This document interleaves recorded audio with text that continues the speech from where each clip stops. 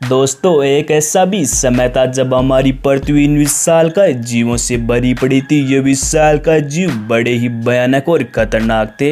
इनके अंडों का आकार इतना बड़ा होता था कि इनके अंदर कई टन सामान रखा जा सकता था। असल में ये 20 साल का जीव डायनासोर थे। इन 20 साल का डायनासोरों ने हमारी धरती पर करीब 14,000 करोड़ों सालों तक राज किया था। यह दौर करोड़ों साल पहले का है। उस समय इंसानों का नामो निशान भी नहीं था। यह वही धरती है जिस पर कभी डायनासोरों का बसेरा हुआ करता था। यह विशाल का जीव अपने परिवार के साथ बड़े खुशमिजाज नजर आ रहे थे।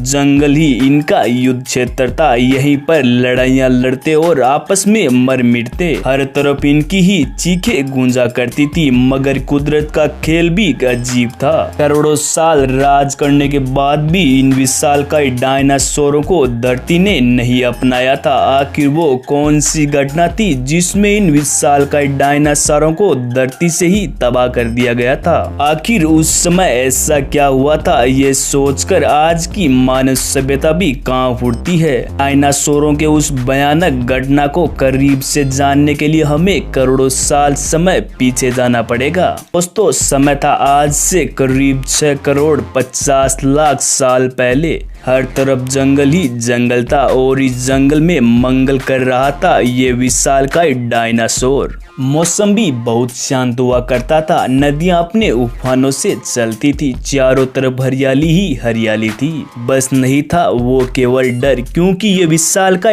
डायनासोर यहाँ के राजा थे और यही इनकी प्रजाति। समय बढ़ने के साथ साथ इनकी प्रजाति भी बढ़ती रही। कोई शाकाहारी था तो कोई मांसाहारी। किसी को जमीन की तलब थी तो किसी को आसमान में सोने की। असल में इन डायनासोर जीवों का जीवन किसी जन्नत से कम नहीं था। इनके साथ एक और भी जीव पनप रहा था, मगर डायनासोर इनसे अनजान थे, क्योंकि ये छोटे जीव धरती के अंदर रहकर अपना जीवन यापन कर रहे थे। असल में ये मैमल थे, एक तरफ से स्तनधारी जीव, क्योंकि डायनासोर का जन्म अंडों से होता था, जबकि मैमल सीधे बच्चे पैदा करते थे। सही मायनों में ये मैमल सी हम इंसानों के पूर्वज थे। आगे चलकर हम इंसान इनसे ही विकसित होने वाले थे। इन विशाल का डायनासोरों ने आज के इंसानों की तरह लालच नहीं था। ये खाते पीते और आराम भरी जिंदगी बिता रहे थे। इनका काम था वो अपनी प्रजाति को आगे बढ़ाना, मगर नियति को कुछ और ही मंजूर था। उस समय एक 10 किलोमीटर व्यास वाला उल्कापिंड तेजी से धरती की ओर बढ़ रहा था। ऐसा लग रहा था ये उल्कापिंड दूसरे ग्रहों से टकराकर अपनी दिशा बदल देगा। मगर डायनासोर के विनाश को कौन टाल सकता था? इस उल्कापिंड की रफ्तार इतनी तेज थी कि इसने सिर्फ 4 मिनट में ही अंटार्कटिका महासागर को पार कर लिया था। देखते ही देखते धरती पर कोहराम मच गया था। यही वही डायनासोर थे तो कुछ ही क्षण पहले आरामदायक जीवन यापन कर रहे थे, मगर अब चारों ओर कोहराम मच गया था। हर कोई अपनी जान की भीख मांग रहा था। यह विस्फोट इतना भयानक था कि पूरी धरती ही आग में बदल चुकी थी। धरती की लाखों टन धातुएं आसमान में बिखर गई थी। हर तरफ मौत का मंजर छा गया था। सूरज की रोशनी को धरती पर आने के लिए कई महीनों का समय लग गया था। इस महाप्रलय के कारण धरती की 90% प्रजातियों का विनाश हो चुका था। कुछ ही क्षण पहले जो हंसी खुशी का माहौल था, पल भर में ही तबाही के मंजर में समा गया था।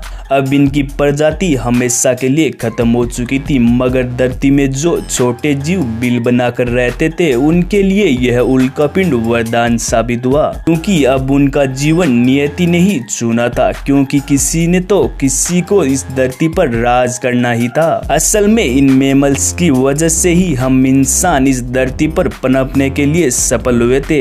यह बस नियति के हाथ में ही था। नियति चाहती थी कि इस धरती पर बुद्धिमान इंसानों का राज हो, मगर डायनासोर के रहते यह संभव नहीं था। नियति समय समय पर अपनी प्रजाति का चुनाव स्वयं करती है। हो सकता है कि आने वाले समय में हम इंसानों के साथ भी ऐसा ही कुछ हो, क्योंकि इंसान इंसान अपने आप को धरती का सर्वश्रेष्ठ मान बैठा है। आज लालच इतना बढ़ चुका है कि इंसान को ही खाने में लगा है। अभी भी वक्त है, मगर इंसानियत नहीं जागी तो इस धरती पर कोई और प्रजाति ही राज करेगी।